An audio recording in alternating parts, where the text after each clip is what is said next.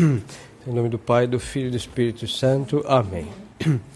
Então nós vamos ver a primeira parte, é a Santíssima Eucaristia, segundo o que o mesmo Nosso Senhor disse, é a primeira parte.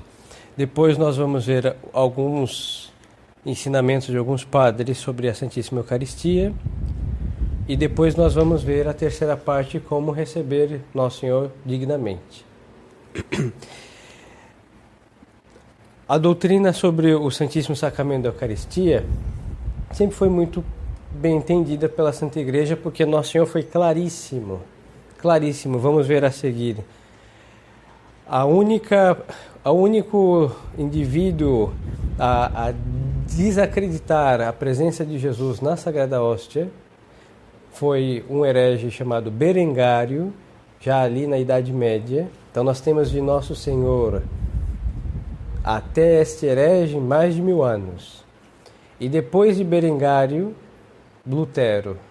Haverá talvez um ou outro, não, que desacreditou o Santíssimo Sacramento.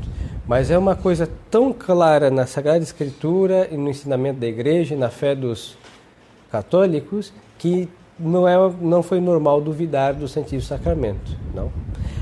Porque Nosso Senhor deixou claríssimo. Vamos ver aqui quando ele fala abertamente sobre a sua presença na Sagrada Hóstia.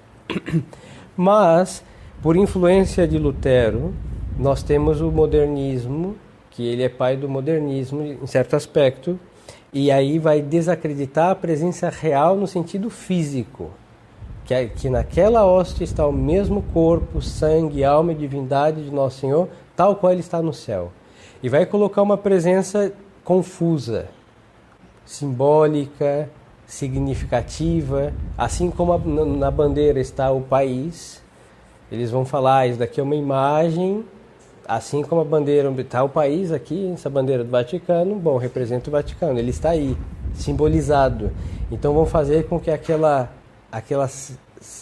sinais de pão e vinho façam lembrar Nosso Senhor como um símbolo lembra aquilo que está representando. Mas isso daí são todas coisas errôneas, e vamos ver por quê. Porque Nosso Senhor foi muito claro quando ele falou desse sacramento, que ele prometendo dar esse sacramento. E depois, quando ele vai instituir esse sacramento, ele vai usar palavras das quais nós não podemos interpretar o contrário. Ele está presente, realmente presente, e não tem como duvidar disso.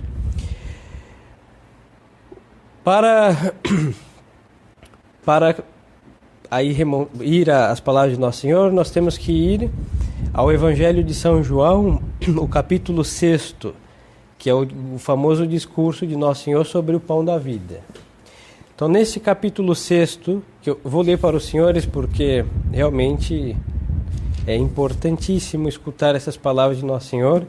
E Nosso Senhor vai falar desse sacramento, mas ainda não vai instituir, ele vai instituir depois da última ceia. Diz aqui, o capítulo 6 de São João, versículo 22. No dia seguinte, a multidão que tinha ficado do outro lado do mar percebeu que Jesus não tinha subido com os seus discípulos numa barca que lá estava, mas que eles tinham partido sozinhos. Neste meio tempo, outras barcas chegaram de Tiberíades, perto do lugar onde tinham comido pão, depois de o Senhor ter dado graças. E reparando a multidão que nem Jesus nem os seus discípulos estavam ali, entrou nas barcas e foi a Cafarnaum à sua procura. Encontrando-o na outra margem do lago, perguntaram-lhe: Mestre, quando chegaste aqui? Respondeu-lhe Jesus: em verdade vos digo, buscai-me, não porque viste os milagres, mas porque comeste dos pães e ficastes fartos. Então nós vemos aqui a multidão que já tinha presenciado o milagre de Nosso Senhor, da multiplicação dos pães, sair atrás dele, porque eles queriam se aproveitar do poder de Nosso Senhor. E Nosso Senhor, como é Deus, ele sabe disso, que aquelas pessoas não estavam atrás para aprender, queriam ver milagres porque estavam saciados com os milagres dos pães. Então Nosso Senhor aproveita, por assim dizê-lo, esse desejo deles de milagres, e Nosso Senhor vai falar sobre a instituição desse sacramento. Aí ele vai falar, o versículo 26, em verdade vos digo, buscai-me não porque viste os milagres, mas porque comeste dos pães e ficastes fartos. Trabalhai não pela comida que perece, mas pela que dura até a vida eterna, que o Filho do Homem vos dará. Então vemos aqui a promessa de uma comida que será para a vida eterna. Isso é muito interessante, hein? Quando os teólogos foram falar do Santíssimo Sacramento, Santo Tomás, por exemplo, vai dizer que nós vamos ressuscitar porque nós comungamos. Então, quando nós comungamos, nós já temos, assim, por dizê-lo assim, certos germes de glória para a ressurreição dos nossos corpos. Não? E Nosso Senhor disse o mesmo. Não? É muito precisa, são muito precisas as palavras de Nosso Senhor. O alimento que dura para a vida eterna, que o Filho do Homem vos dará, pois nele Deus Pai imprimiu o seu sinal. Aí perguntaram-lhe, que faremos para praticar as boas obras de Deus? Respondeu Jesus, a boa obra de Deus é esta. Aí Nosso Senhor vai exigir um ato de fé. Que creais naquele que Ele enviou, ou seja, que acreditemos em Nosso Senhor Jesus Cristo. Perguntaram eles, que milagres fazes tu para que o vejamos e creiamos em ti? Qual é a tua obra? Nossos pais comeram do maná no deserto, segundo está escrito, Deus lhe deu o pão vindo do céu. Aí nós sabemos lá no Antigo Testamento, não, que Deus Nosso Senhor fez chover um pequeno pão que saciou por 40 anos aqueles israelitas errantes e rebeldes lá no deserto. Então, bom, foi um milagre de Deus. Agora esses estão pedindo um milagre para acreditar que Nosso Senhor é enviado. E Jesus respondeu-lhe, em verdade vos digo, Moisés não vos deu o pão do céu, mas o meu Pai é quem vos dará o verdadeiro pão do céu. Porque o pão de Deus é o pão que desce do céu e dá vida ao mundo. Disseram-lhe, Senhor, dai-nos sempre deste pão. Então, o que está pensando? Quem está ouvindo Nosso Senhor está pensando que Nosso Senhor vai fazer chover um pão novamente, como Ele fez no Antigo Testamento. Mas só que Nosso Senhor não está dizendo isso. Ele está dizendo que Ele é o pão. E Ele vai dizer isso. Ele fala, eu sou o pão que desci do céu. Então Ele vai mandar comer a Ele, pela comunhão, comê-lo. E aí, quando Ele disser isso claramente, vamos ver as consequências. Nosso Senhor vai perder discípulos e muitos dessa multidão vai pensar que Nosso Senhor está desequilibrado. E Ele não voltou atrás. Ele não disse uma outra coisa que afirmar que Ele é o pão da vida e quem comer dele viverá para sempre. Mas vamos aqui seguir o relato evangélico. Jesus replicou, eu sou o pão da vida. Aquele que vem a mim não terá fome e aquele que crê em mim jamais terá sede. Mas já vos disse, vós me verdes e não credes. Todo aquele que meu Pai me dá virá a mim e o que vem a mim não o lançarei fora. Pois desci do céu não para fazer da minha vontade, mas a vontade daquele que me enviou. Ora, esta é a vontade daquele que me enviou, que eu não deixe perecer nenhum daqueles que me deu, para que os ressuscite no último dia. Então vemos aqui o cuidado de Nosso Senhor com aqueles que são atraídos por Nosso Senhor e que vai ter que ressuscitar no terceiro dia. Então você vê a relação da comunhão com a ressurreição final. Então é penhor de glória de fato. Não é um exagero teológico, é realmente fundado nas palavras de Nosso Senhor. E essa é a vontade do meu Pai. Todo aquele que vê o Filho do Homem e crê nele, tem a vida eterna e eu ressuscitarei no último dia. Aí esses que estão ouvindo começam a murmurar, típico aí dos judeus. Então eles começaram a murmurar dele, porque disseram que ele era o pão do céu. E perguntavam, porventura não é ele Jesus, o filho de José, cujo pai e a mãe conhecemos? Como, pois, diz ele, desci do céu? Respondeu-lhe Jesus, não murmureis entre vós. Ninguém pode vir a mim se o Pai que me enviou não o atrair. E eu ressuscitá-lo-ei no último dia. Está escrito nos profetas, todos serão ensinados por Deus. E aqui é muito magnífico porque Nosso Senhor disse, todos serão ensinados por Deus. E ele está falando que ele desceu do céu. Logo, ele é Deus que desceu para ensinar e eles estão ouvindo Deus. E agora, quem será esse alimento descido do céu? O próprio Deus. Mas os judeus não estavam ainda juntando as coisas. E Nosso Senhor vai seguir. Ele não retrocede em nenhum momento e nem muda, aqui não usa de parábolas e de nenhum artifício da oratória. Ele estava dizendo clara, abertamente, que ele é este pão que desceu do céu. Não que alguém tenha visto o Pai, ele vai falar, não, mas ele viu o Pai, então, bom, ele é enviado do Pai. E ele vai, no versículo 48, dizer: eu sou o pão da vida. Vossos pais no deserto comeram maná e morreram. Este é o pão que desceu do céu, para que não morra todo aquele que dele comer. Eu sou o pão vivo que desceu do céu. Quem comer deste pão viverá eternamente, e o pão que eu hei de dar é a minha carne para a salvação do mundo. Claríssimo.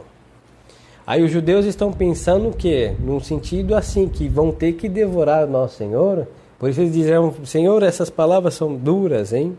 Quem é capaz de ouvi-las? Mas é verdade. Nós vamos comer de fato nosso Senhor, mas Ele vai fazer da sua onipotência este milagre. Ele vai deixar o quê?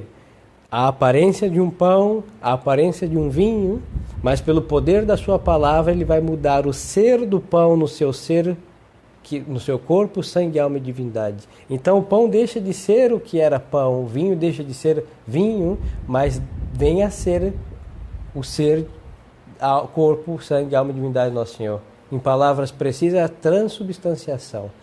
A substância de pão deixa de ser pão e passa a ser o ser de nosso Senhor Jesus Cristo, seu corpo, sangue, alma e divindade.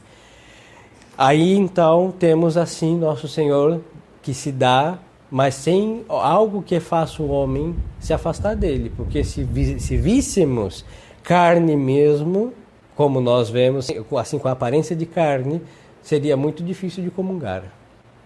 Vamos ser sinceros. Por exemplo, temos milagres eucarísticos em que a Sagrada Hóstia, o que nós chamamos as aparências de pão, ou seja, os acidentes, foram rasgados os véus, então virou visivelmente uma carne. Então é muito difícil de comungar. Mas nosso Senhor, ninguém tem medo de uma aparência de pão. Isso é o pão nosso de cada dia e é muito difícil encontrar alguém que não se aproxime, mas sendo um alimento diário e comum, acessível, então ele fez com o poder da sua palavra que ele baixou ali, mudando o ser do pão, o pão deixa de ser pão e passa a ser seu corpo, sangue, alma e divindade. E sem afastar ninguém tem medo dele, porque ele está ali vivo, mas com estes véus das aparências daquele pão, das aparências daquele vinho. Mas até então, como ele não tinha instituído esse sacramento, ele só está prometendo, e os judeus não entenderam, e Nosso Senhor tão pouco adiantou, tudo em seu tempo. E aí quando ele for na última ceia com seus discípulos, termina a ceia e institui. Então, ele pega o pão, parte, dá graça e diz: tomai e comei, isto é o meu corpo. Ele não disse: isto parece o meu corpo, isto significa o meu corpo. Não, ele disse: isto é o meu corpo. E São Cirilo vai dizer: o mesmo Deus que disse faça-se a luz, e a luz se fez, pegou o pão e disse: isto é meu corpo, e assim é. Não existe outro, é a mesma onipotência. E para isso, antes ele fez os apóstolos serem o quê? Seus sacerdotes, dizendo o quê? Fazer isto em memória de mim, é o mandato. Então, ao dar uma ordem de fazer aquilo que ele fez, ele capacitou seus apóstolos com esse, dando o poder de fazer. Nosso Senhor nunca manda fazer algo sem nos dar a capacidade de fazê-lo. Isso é absurdo. Pensar o contrário. Porque quando Deus dá uma ordem, Ele dá os meios para que aquela ordem seja executada. Se Ele mandou os apóstolos pegar um pão, dar graças, abençoar e dizer: tomai e comei, isto é meu corpo, e é para fazer o seu corpo, senão seriam o quê? Palavras falsas. Diz ser seu corpo e não é o seu corpo. Aí atribuímos mentira a Deus, que seria uma blasfêmia. Depois dá um poder aos apóstolos, uma ordem que eles não pudessem executar, que seria um absurdo. Então Nosso Senhor dá para os apóstolos o poder de fazer o que Ele acaba de fazer, dizendo aquelas palavras, transformar o pão no seu corpo, sangue, alma e divindade, e o vinho no seu sangue, corpo, alma e divindade. Aí faz então o sacerdócio católico, que é perpetuado pela sucessão apostólica. A essas palavras os judeus começaram a discutir, dizendo: como pode este homem dar-nos de comer sua carne? Então Jesus disse: em verdade vos digo, se não comerdes a carne do Filho do Homem e não beberdes o seu sangue, não tereis a vida em vós. Nosso Senhor não começou a dar explicações, mas afirmações. Como pode isso é absurdo, isso é inaceitável, se não comerdes o meu corpo, não beberdes, não tereis vida em vós. Afirmações dizendo assim: isso daqui não é para ser discutido. Ou aceitam e terão a vida, ou recusam e terão a morte, porque realmente é a morte da alma. Ficar longe do Santíssimo Sacramento por não acreditar em Nosso Senhor. Quem come a minha carne e bebe meu sangue tem a vida eterna, e eu ressuscitarei no último dia. Pois a minha carne é verdadeiramente uma comida, e o meu sangue é verdadeiramente uma bebida. Quem come a minha carne e bebe meu sangue permanece em mim e eu nele. Assim como o Pai me enviou e vive, e eu vivo pelo Pai, assim também aquele que comer a minha carne viverá por mim. Este é o pão que desceu do céu, não como o maná que vossos pais comeram. Quem come deste pão viverá eternamente. São as palavras de Nosso Senhor referente a esse sacramento. Não tem aqui o que acrescentar, hein? E Nosso Senhor não dá explicações. Ele falou que tem que ser comido, tem que ser bebido, e quem come dele vive. E aí, mesmo que não aceitassem, ele não vai aqui, repito, dar nenhuma explicação com metáforas, com parábolas, nenhum artifício oratório. Claramente são afirmações, sentenças vindas da Suprema Verdade. Desde então, na conclusão desse capítulo, desde então muitos dos seus discípulos se retiraram e já não andavam com ele. Então Jesus perguntou aos 12: quereis vós também retirar-vos? Aí respondeu Simão Pedro. Sempre muito simpático Simão Pedro. Ele vai dizer assim: Senhor, a quem iríamos nós? Tu tens palavras de vida eterna, e nós cremos, sabemos que és o Santo de Deus. E aí há o ato de fé de São Pedro. Mas Nosso Senhor disse claramente: os outros foram embora, vocês querem ir embora também, tchau. E não, nós ficamos. São Pedro falou em nome dos 12. Aqui, então, nós temos a promessa de Nosso Senhor, de ser o nosso pão. Quando nós dizemos o pão nosso de cada dia, é este pão em primeiro lugar, é a Eucaristia. É verdade que nós temos poucas missas, mas só que também se come deste pão, não é a mesma coisa, mas se come deste pão da vida quando nós desejamos comungar. Toda vez que nós desejamos, nós o manducamos também. Mas Nosso Senhor está se referindo aí, em primeiro lugar, à comunhão sacramental, de recebê-lo. E aí ele disse que quem come viverá da vida dele. Porque nos alimentos que nós comemos, nossas refeições, tudo que nós ingerimos, nós, pela assimilação, assimilamos essas coisas a nós. Mas no Santíssimo Sacramento da Eucaristia, quando nós comungamos, é Cristo que nos assimila a Ele. Então, quando nós comungamos, nós somos digeridos por Cristo e assimilados a Ele. É uma graça que nenhum outro sacramento tem. O batismo nos faz filhos de Deus, o crisma soldados de Cristo, o matrimônio aí tem a união sacramental, como Cristo se uniu com a sua igreja, é um grande sacramento. O sacerdócio dá o poder de santificar, de consagrar, mas nenhum sacramento nos assimila a Cristo, como o sacramento da Eucaristia, é próprio desse sacramento. Então a graça de sermos mais cristãos, ou seja, no nosso ser e obrar, é comungando, porque comungando, Cristo nos assimila a si, somos digeridos por Cristo. A respeito desta verdade do Evangelho que acabamos de ouvir, vamos ver a citação de alguns santos da Santa Igreja, padres, que vão afirmar a mesma coisa, e vermos que já nos princípios da Santa Igreja era um ensinamento de sempre, hein? A Igreja entendeu, os apóstolos entenderam, quando iam ao altar e tinha pão e vinho e consagravam, usados nas palavras de Nosso Senhor, sabiam o que estavam fazendo, não era um simbolismo, era adorado Nosso Senhor. Muitos corriam risco de morrer para comungar.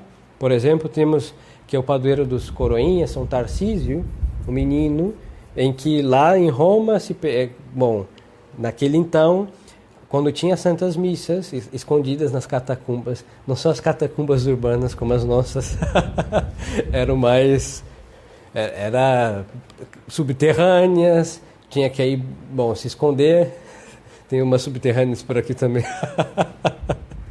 E o que acontecia?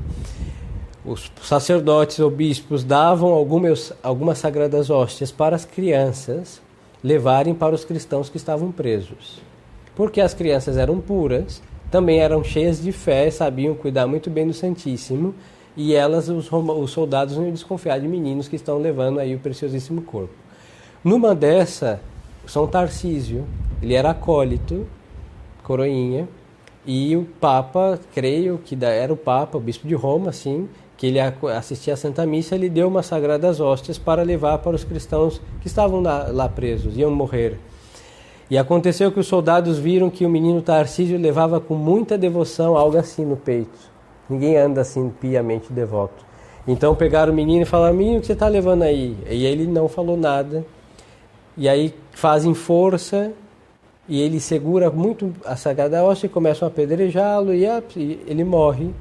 E aí quando foram ver, depois, com o seu corpo já desfeito aí pelos soldados, ele estava com a sagrada hóstia, com as sagradas hóstias segurando firmemente e não deixou que ela fosse profanada pelos pagãos aí romanos.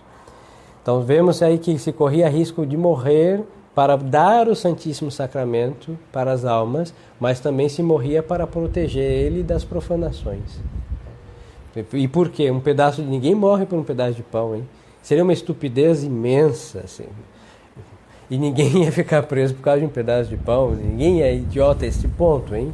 E nós falamos num tempo que as pessoas tinham o mínimo de sensatez, ou muita. E então a cristandade não ia dar vida por algo que não tivesse vida. Então vemos que nunca duvidaram, porque Nosso Senhor foi claríssimo, claríssimo, claríssimo sobre a sua presença aí. Santo Inácio de Antioquia, o ano 107, terceiro bispo da cidade de Antioquia, ele também vai afirmar a presença real de Nosso Senhor. Eles querem Eucaristia porque eles não querem Eucaristia porque eles não querem reconhecer que a Eucaristia é a carne de Nosso Senhor Cristo. Então ele vai dizer aqui, a carne de Nosso Senhor Jesus Cristo, hein? Não é que simboliza, que significa, não, é a carne de Nosso Senhor Jesus Cristo.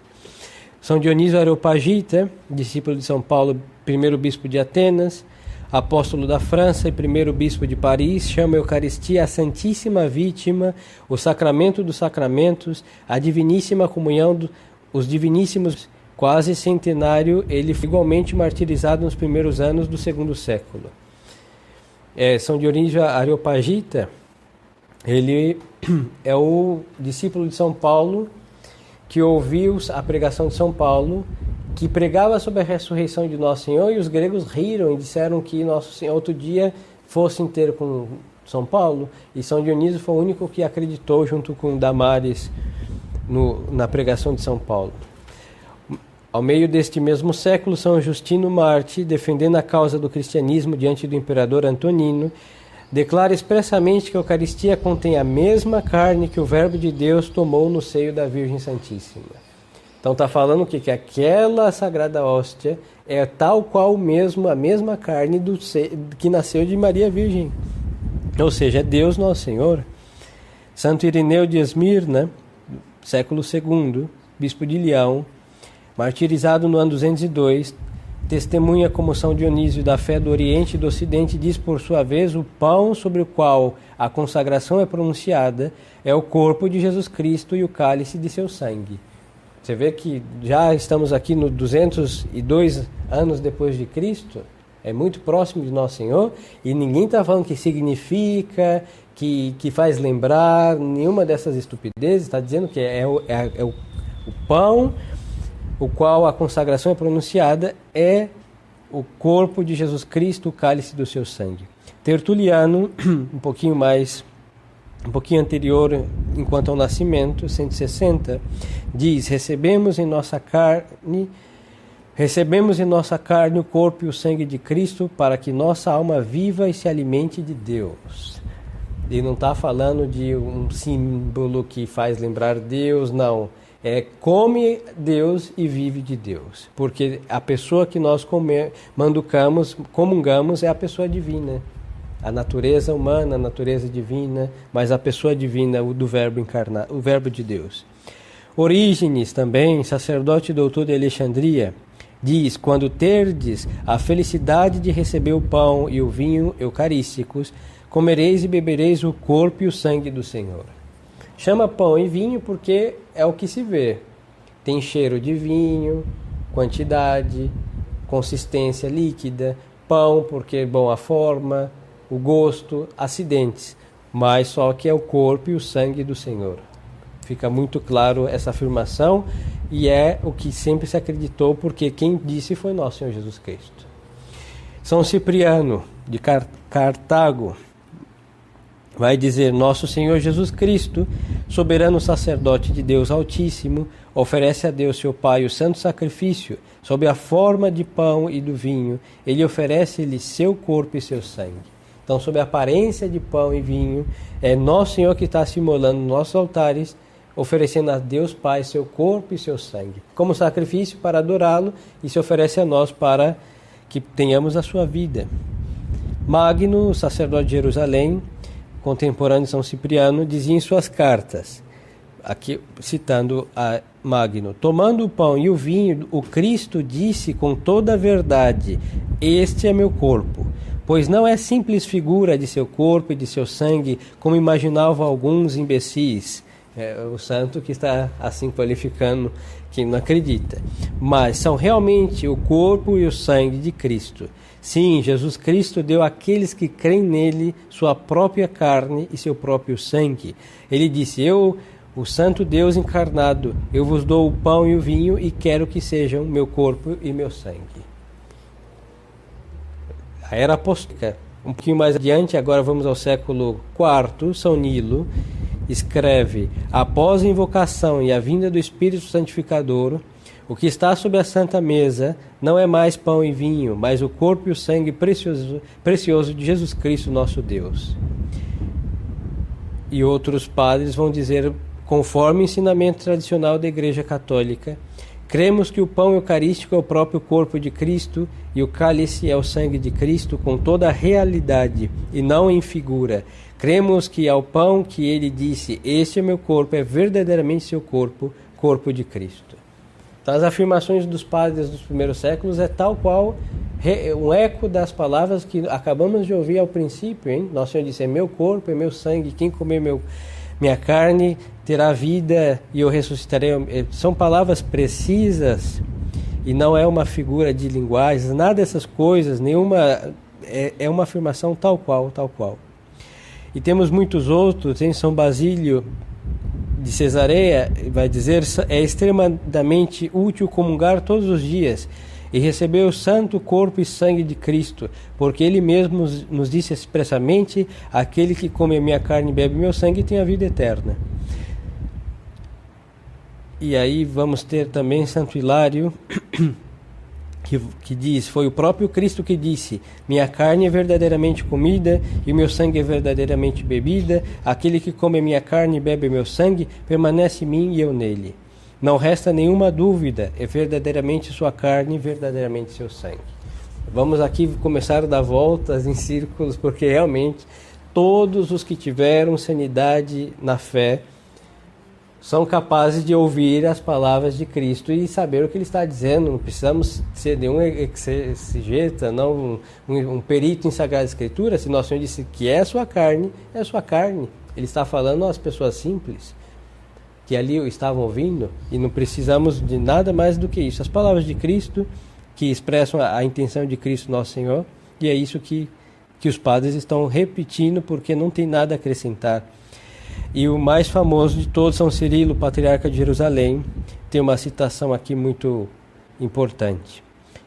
O próprio Cristo disse do pão eucarístico: este é o meu corpo.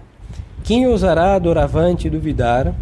Ele afirma e diz formalmente: este é meu corpo, Qual homem será tão temerário para não crer e para dizer, não é seu sangue?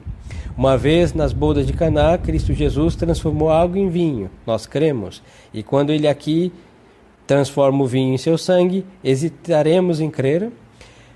Creiamos, pois, firmemente que ao receber os santos mistérios, recebemos o corpo e o sangue de Cristo sob a aparência de pão. É o corpo do Senhor que nos é apresentado. Sob a aparência do vinho é seu precioso sangue. E assim, ó cristão, quando recebes o corpo e o sangue de Cristo, tu te tornas um só mesmo corpo, um só mesmo sangue com ele. Tu te tornas um porta-Cristo, porque seu corpo e seu sangue são derramados em todos os teus membros. Guarda-te de tomar este sacramento por pão e vinho, e é o corpo e é o sangue de Cristo, conforme a palavra do próprio Senhor.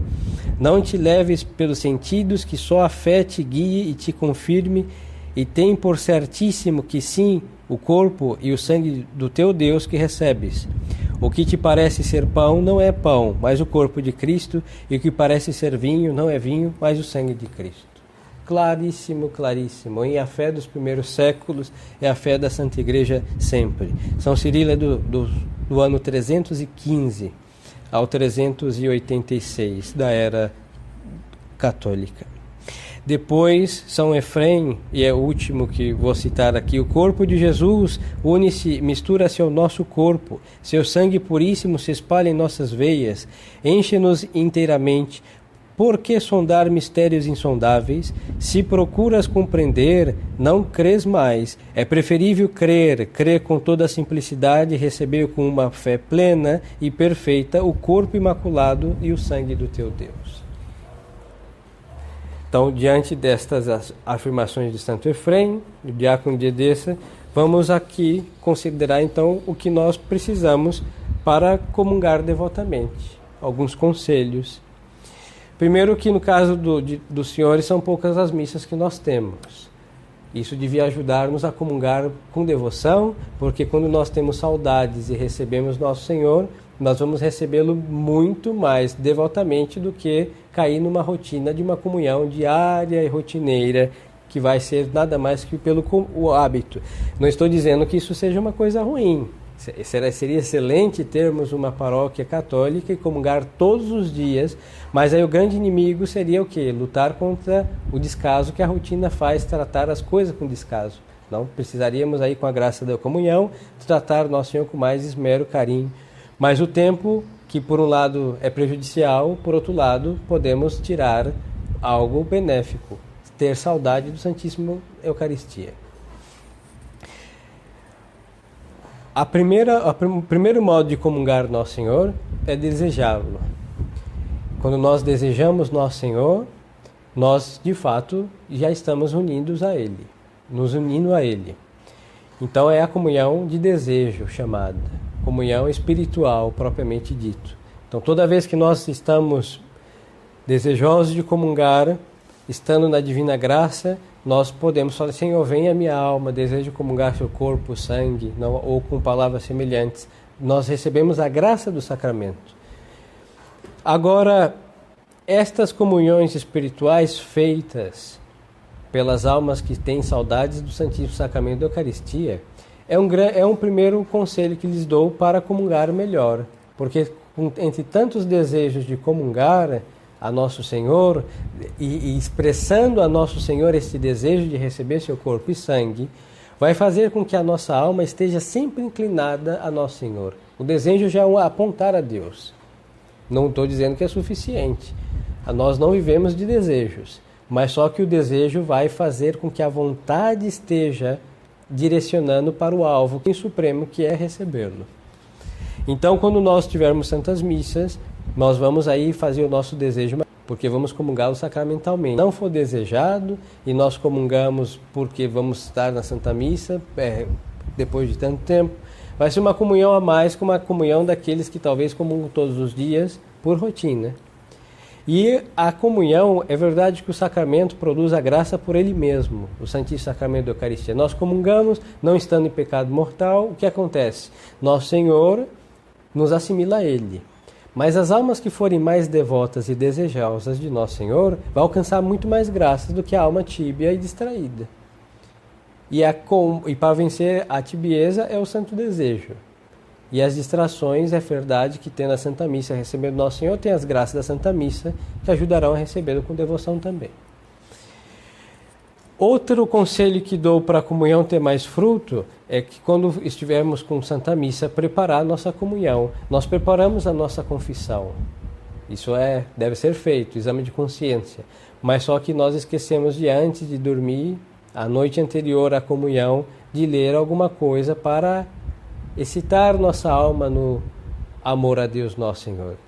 Nós temos, por exemplo, aconselho sempre a ler o 4º livro da Imitação de Cristo, em que é dedicado ao Santíssimo Sacramento.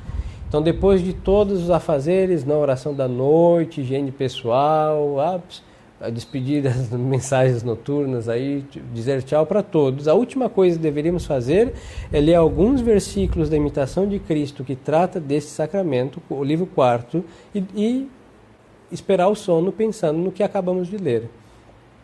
Se nós nos despertarmos à noite, lembremos do que lemos por último, que os nossos olhos tenham visto a última coisa tenha sido estas palavras da Imitação de Cristo.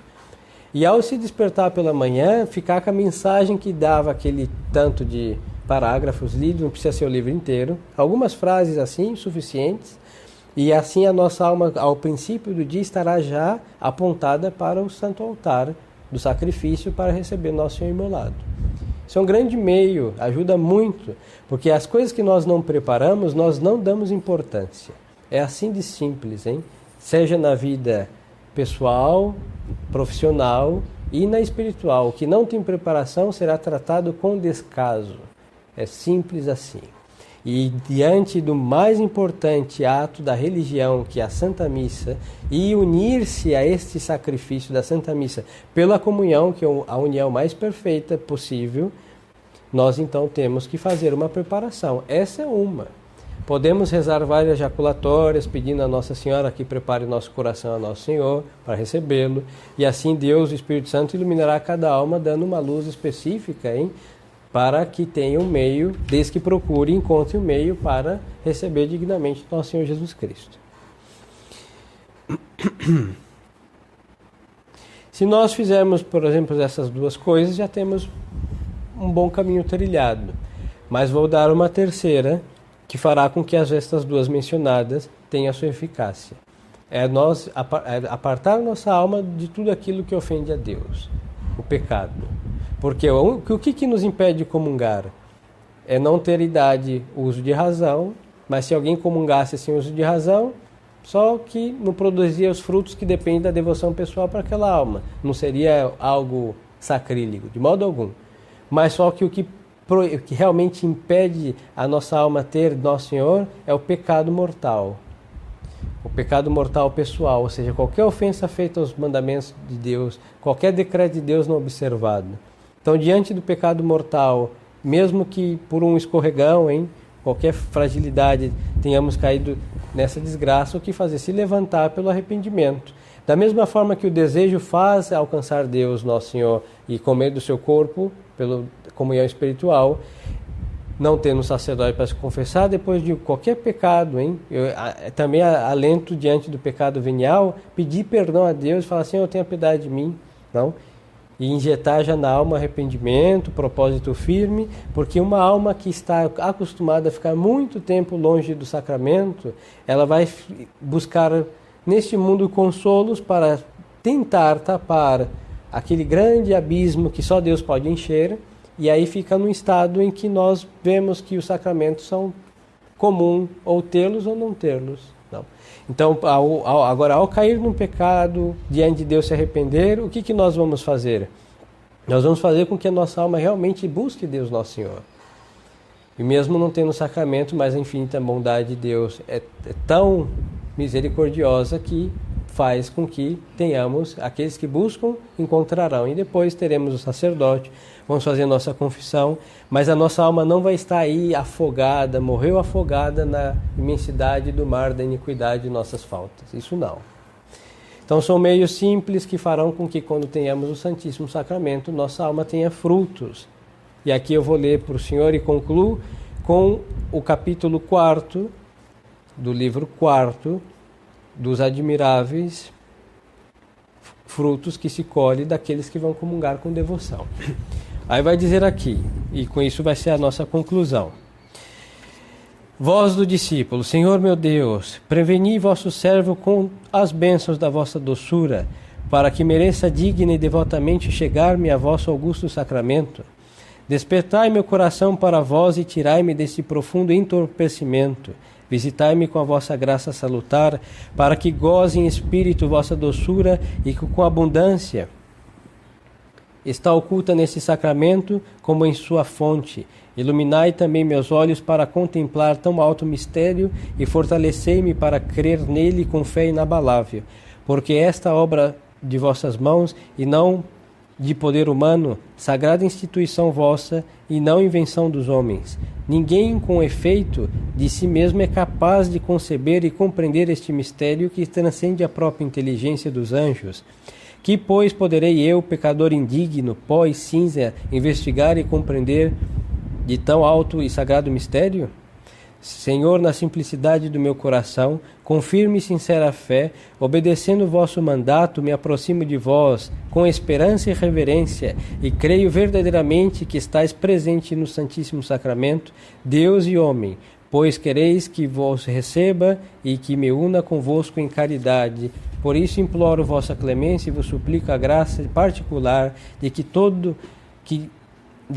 me desfaleça em vós e me consuma em amor e sem mais cuidar de nenhuma outra consolação, porque este altíssimo e diviníssimo sacramento é a saúde da alma e do corpo, remédio a toda enfermidade espiritual, cura os vícios, reprime as paixões, vence ou enfraquece as tentações, comunica a maior graça, corrobora a virtude nascente e confirma a fé, fortalece a esperança, inflama e dilata a caridade.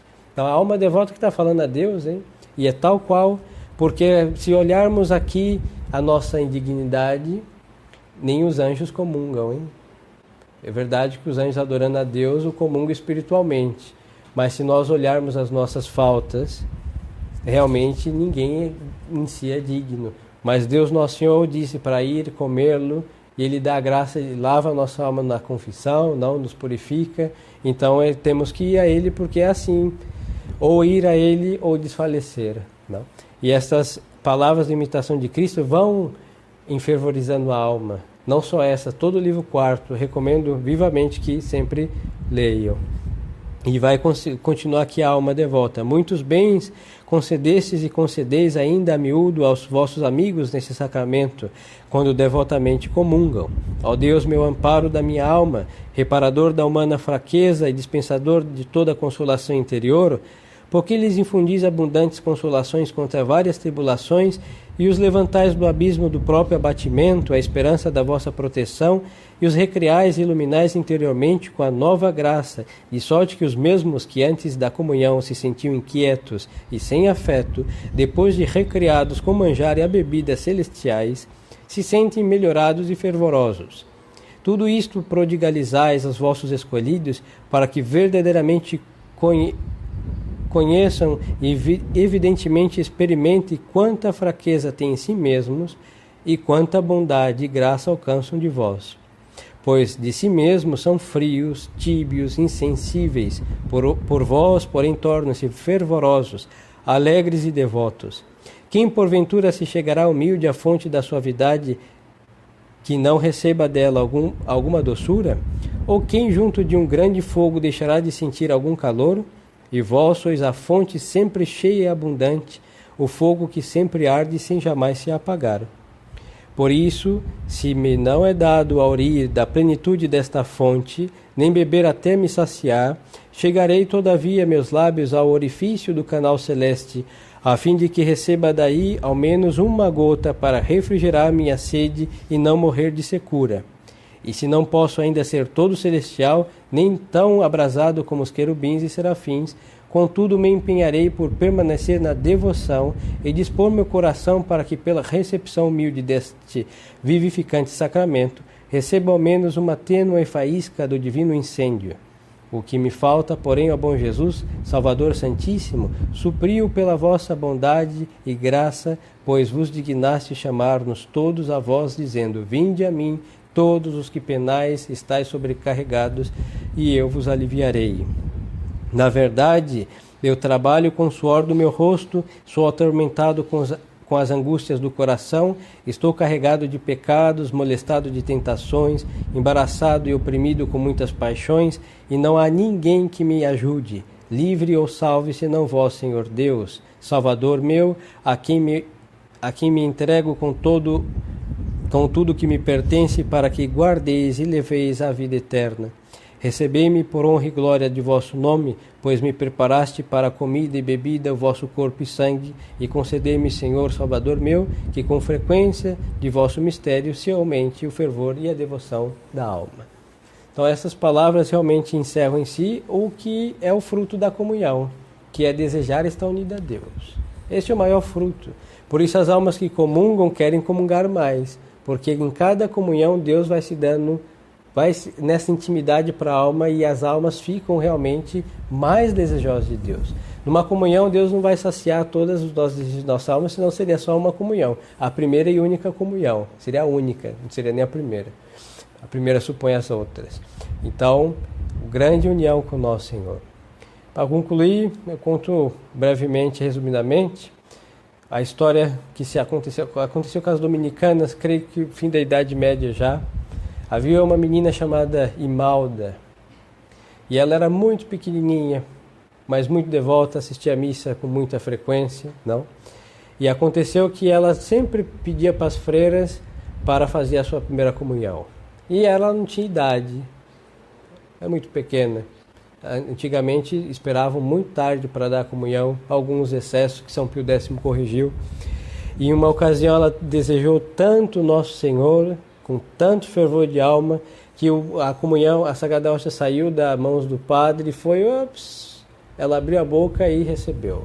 O que os homens impediram dela de comungar, Deus Nosso Senhor, que conhece o coração dos que o amam, não foi impedido de chegar até a boca desta alma. O que aconteceu? Ela morreu. Ela morreu de amor por ter recebido Nosso Senhor de suas próprias mãos. E está aí hoje suas relíquias, e é o grande exemplar de que Deus nada segura, impede Deus de chegar nas almas que o amam. Nem freira, nem burocracias, nem pestes, nada. Então quem deseja a Deus, terá Deus.